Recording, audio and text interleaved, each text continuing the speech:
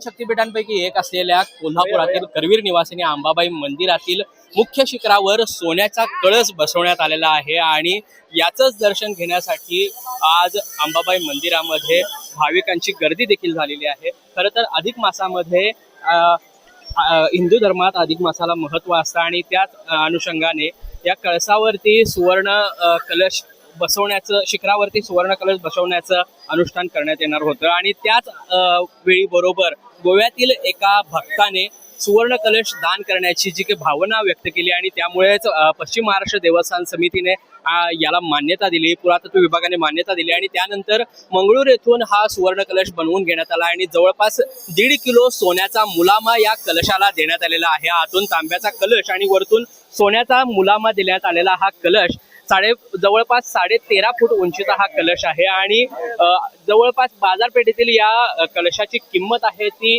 2.5 कोटी रुपये सांगण्यात येते आणि 6 फुटाचं हे मुख्य शिखर आहे आणि त्याच्यावरती हा 13.5 फुटाचा कळस बसवण्यात आलेला आहे।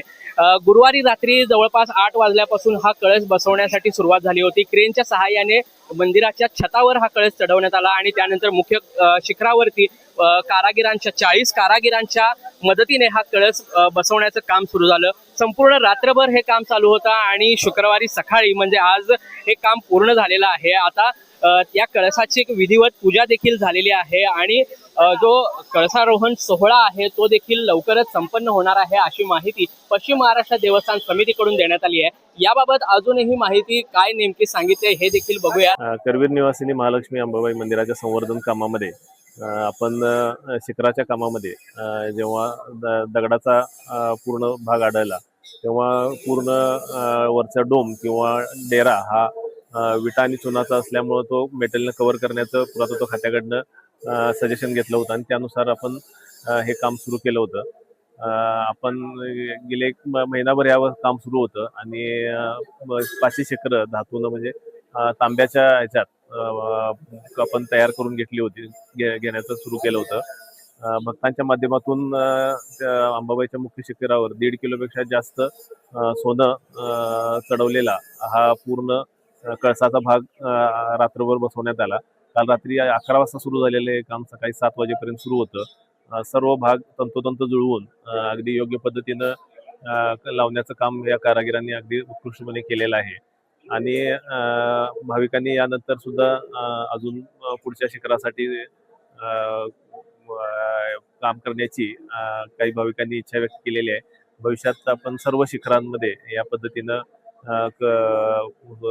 सुधारणा करू शकू अशी आपल्याला अपेक्षा आहे आणि आज हे सुवर्ण कलश हा आपल्या आई अंबाबाई महालक्ष्मीच्या मंदिरावर विराजमान झालेला आहे। साधारण हा खालचा डेरा हा 7 ते 7.5 फूट उंचीचा आहे आणि वरचा कळस हा 6 फुटाचा आहे। साधारण 13.5 फूट उंचीचा संपूर्ण भाग आहे आणि खालच्या कमल पुष्प त्याच्यावरचा पूर्ण डेऱ्याचा भाग परत उलट कमल पुष्पानी वरती कळस अशा पद्धतीनं त्याचं स्वरूप आहे।